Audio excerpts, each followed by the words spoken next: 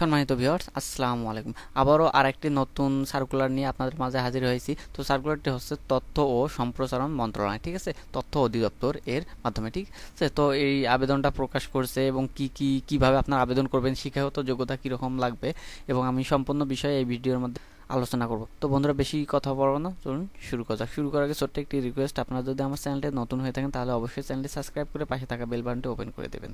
তো তথ্য অধিদপ্তর রাজস্ব খাতভুক্ত 11 থেকে 16 গ্রেড এবং 17 থেকে 20 গ্রেডের নিম্নোক্ত স্থায়ী পদে অস্থায়ী ভিত্তিতে সরাসরি লোক নিয়োগের নিমিত্তে এই বর্ণনা অনুযায়ী শুধুমাত্র বাংলাদেশের প্রাকৃতিক নাগরিক হতে দরখাস্ত আবেদন করা যাচ্ছে।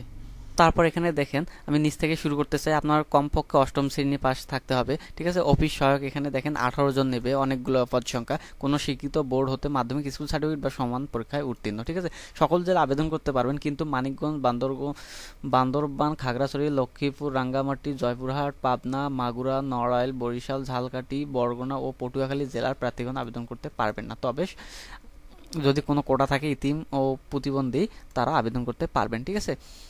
ও তারপর অফিস সহকারী কাম কম্পিউটার মুদ্রণিক আপনার এইচএসসি পাস হলেই হতে হবে, কোনো স্বীকৃত বোর্ড হতে ন্যূনতম 2য় শ্রেণী বা সমমান পরীক্ষায় উত্তীর্ণ, ঠিক আছে। তো কম্পিউটার সম্পর্কে অবশ্যই জানা থাকতে হবে এবং 16 গ্রেডের আপনার 9,300 টাকা থেকে শুরু করে 22,490 টাকা পর্যন্ত আপনার বেতন হবে 15 অনুযায়ী, ঠিক আছে। তারপর স্টোর অ্যাসিস্ট্যান্ট, তারপর একজন নেবে, কোনো স্বীকৃত বোর্ড হইতে বাণিজ্যিক বিভাগের 2য় বিভাগের সমান জিপিএ তো মাধ্যমিক সার্টিফিকেট থাকতে হবে, ঠিক আছে।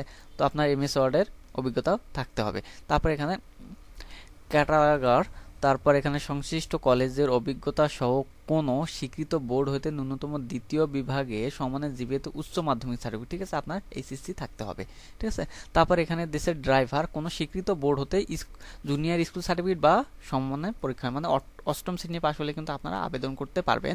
এখানে গ্রেড 15 এর ক্ষেত্রে ভারী গাড়ি চালানোর বৈধ ড্রাইভিং লাইসেন্স থাকতে হবে, ঠিক আছে। আপনার ভারী গাড়ি যেন চালাতে পারেন সেরকম লাইসেন্সটা থাকতে হবে, ঠিক আছে। বেতন হবে আপনার 9,700 টাকা থেকে শুরু করে 23,490 টাকা পর্যন্ত, ভালো বেতন। এবং 3 জন নেবে।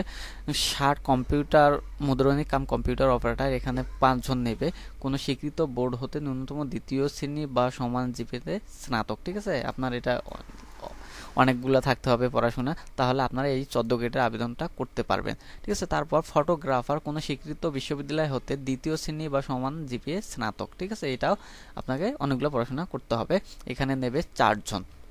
তারপরে এখানে দেখেন ইনফরমেশন অ্যাসিস্ট্যান্ট, এখানে 9 জন নেবে, এখানে অনেকগুলো নেবে, কোনো স্বীকৃত বোর্ড হতে বিশ্ববিদ্যালয় হতে 2য় শ্রেণী বা সমান পরীক্ষায় উত্তীর্ণ, ঠিক আছে, স্নাতক। তারপর এখানে দেখেন হয়ে গেল। এখন কত টাকা কোন পদের জন্য জমা দিতে হবে এবং কবে থেকে শুরু এবং শেষ সেটাও বলতেছি, ঠিক আছে। নিচে এখানে অনলাইন আবেদন পূরণ ও পরীক্ষার ফি জমা দেন শুরু ও 30শে জানুয়ারি অলরেডি শুরু হয়েছে, আগামীকাল থেকে গতকাল থেকে শুরু হয়ে গেছে, ঠিক আছে। তো এখানে অলরেডি শেষ হবে 19শে ফেব্রুয়ারি, ঠিক আছে। আপনারা 19শে ফেব্রুয়ারি 2023 পর্যন্ত আবেদনটা চলবে, এই পর্যন্ত আপনারা আবেদন করতে পারবেন।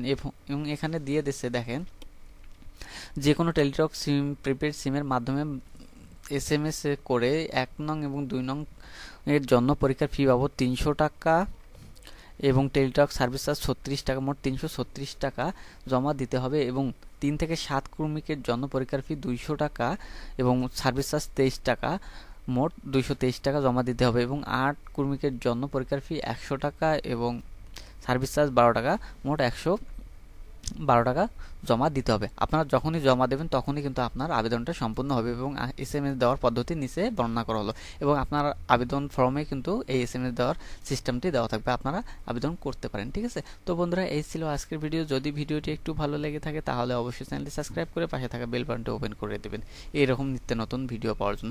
আর অবশ্যই কিন্তু উপরের দেওয়া লিঙ্কটি থেকে আপনারা আবেদন করতে পারেন, ঠিক আছে।